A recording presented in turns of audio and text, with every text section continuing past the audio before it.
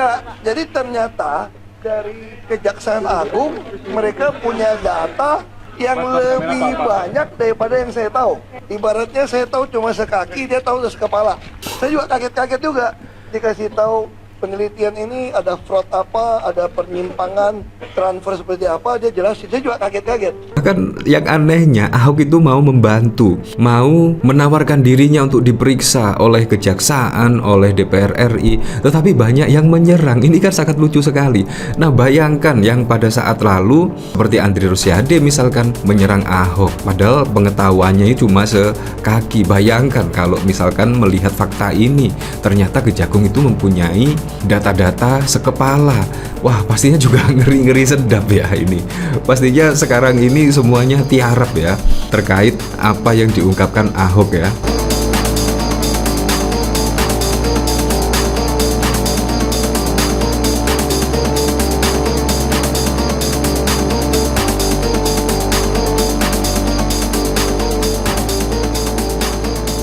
Nah, bayangkan ya, Ahok pada saat lalu terlihat sumringah ketika sudah selesai diperiksa oleh Kejaksaan. Saya kira itu Ahok bakalan murung dan pucat, ternyata tidak. Ahok bahkan sumringah dan bahkan mengaku kaget dengan temuan dari penyidik Kejagung. Bahkan menurut Ahok, sepengetahuan Ahok itu hanya sekaki, tetapi Kejagung itu yang ditemukan itu sangat wow sekali. Nah, ini juga membuktikan apa? Wah, membuktikan menurut saya dengan senyuman Ahok ini, wah pastinya sudah bocor lah setidaknya terkait siapa saja yang bermain terkait impor minyak ini. Ya pantas lah, Ahok bahkan juga tersenyum ketika melihat ada temuan Kejagung yang sangat banyak sekali. Dan bahkan Ahok mengaku data-data yang dimiliki Ahok itu sangat sedikit sekali. Nah, kalau kita lihat pada saat lalu ya, bahkan banyak yang mengatakan sih Ahok sebagai pahlawan kesiangan. Dan bahkan kalau kita lihat itu banyak yang takut kalau Ahok itu memberikan informasi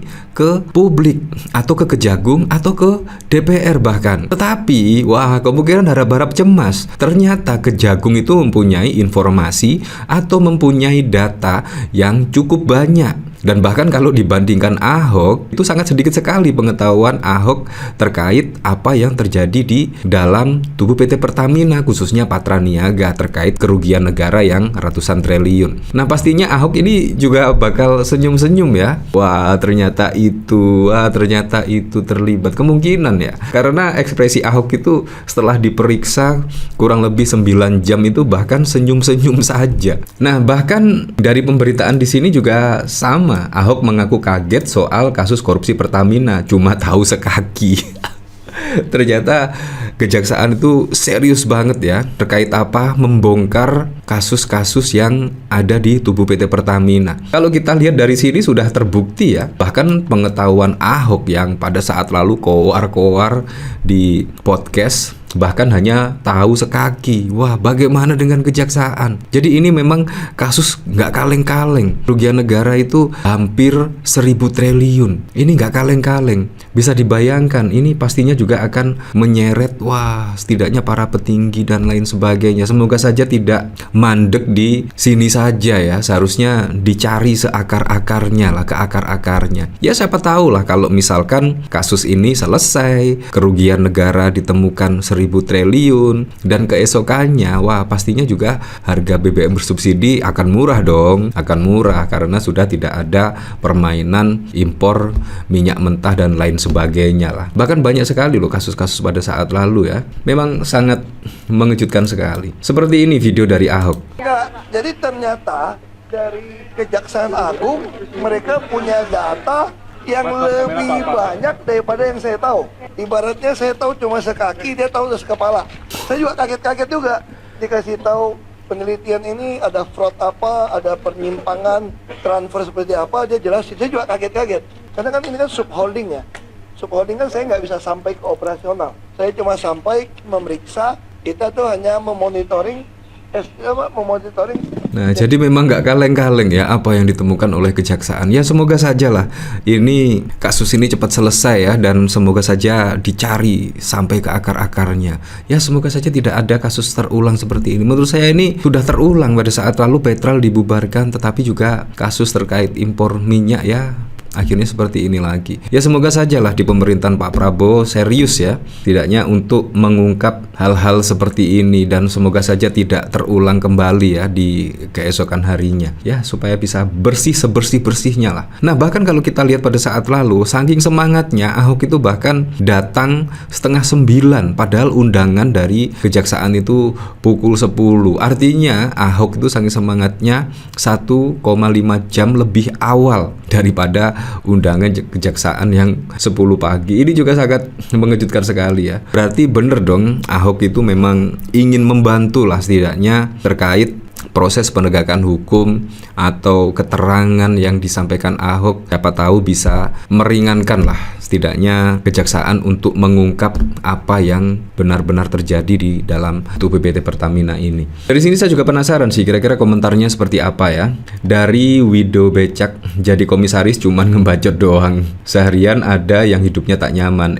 Buka puasa juga tidak nafsu nampaknya. Yang penting Pak Ahok sudah kasih info dokumen Ahok menguatkan dokumen yang dimiliki Kejaksaan Agung lah. Kayaknya melunak tuh. Oh nggak sesuai ya. Gue pikir tahu semua melebihi kejaksaan. Yo jelas tidak lah. Ini aneh juga ya. Ahok, lu punya data secuil tapi bacot lu segede gunung. Apa sih ini? Menurut saya tidak setuju ya. Padahal menurut saya Ahok itu sangat bagus sekali, dan ternyata memang ketika diklarifikasi ke kejaksaan, Ahok itu hanya mempunyai data sedikit. Bayangkan data kejaksaan. Wow, berarti kan ini sungguh serius sekali ya kasus yang ada di dalam tubuh PT Pertamina ini. Ahok ketika itu mempunyai data sekaki saja, wah, bahkan juga ngeri-ngeri sedap, apalagi yang dipunyai oleh kejaksaan katanya sekepala. Wah, ini juga sangat keren sekali lah. Nah kalau datanya lebih banyak tinggal eksekusi aja nih, berani nggak kejagung. Tidak hanya ini, orang mau bantu malah diserang. Iya, bahkan yang anehnya Ahok itu mau membantu,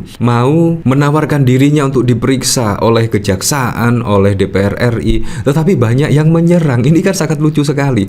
Nah bayangkan yang pada saat lalu seperti Andri Rosiade misalkan menyerang Ahok, padahal pengetahuannya cuma sekaki. Bayangkan kalau misalkan melihat fakta ini, ternyata Kejagung itu mempunyai data-data sekepala. Wah, pastinya juga ngeri-ngeri sedap ya ini. Pastinya sekarang ini semuanya tiarap ya terkait apa yang diungkapkan Ahok ya. Artinya data Ahok tidak ada yang baru bagi Kejagung, sehingga datang atau tidak datang sama saja ya. Tetapi kan opini publik kan Ahok itu mempunyai data-data yang sangat banyak sekali ya. Bukan diperiksa, mereka bilang kalau manggil itu wawancara atau interview. Makanya sistem keuangan diperbaiki. Pada belajarlah akuntansi yang benar. Sekolah tinggi-tinggi, jabatan tinggi tapi tulalit. Berarti apa yang disampaikan Ahok tidak salah, malah lebih banyak datanya. Kejagung artinya apa salah yang disampaikan Ahok? Iya, menurut saya data siapapun itu sangat diperlukan sekali untuk mengungkap kasus-kasus besar seperti yang terjadi dalam tubuh PT Pertamina. Bayangkan loh, hampir 1.000 triliun men. Uang 5 miliar saja itu menurut saya sudah sangat besar sekali, apalagi menyangkut uang ratusan triliun. Bayangkan, seharusnya untuk kesejahteraan masyarakat Indonesia, tetapi malah dikorupsi. Itu bisa untuk memperbaiki gedung-gedung sekolah ribuan, bisa membangun ribuan jalan tol, tapi berakhir ya seperti itu. Jadi memang ini yang memang harus benar-benar diungkap lah, siapa saja yang terlibat di dalamnya, siapa saja yang bermain di dalamnya. Menurut saya ya semoga sajalah kejaksaan tidak masuk angin, dan semoga saja ini cepat diselesaikan dan sehingga tidak menjadi isu liar di kalangan masyarakat. Ya untuk selebihnya kita kembalikan lagi ke masyarakat menilainya seperti apa.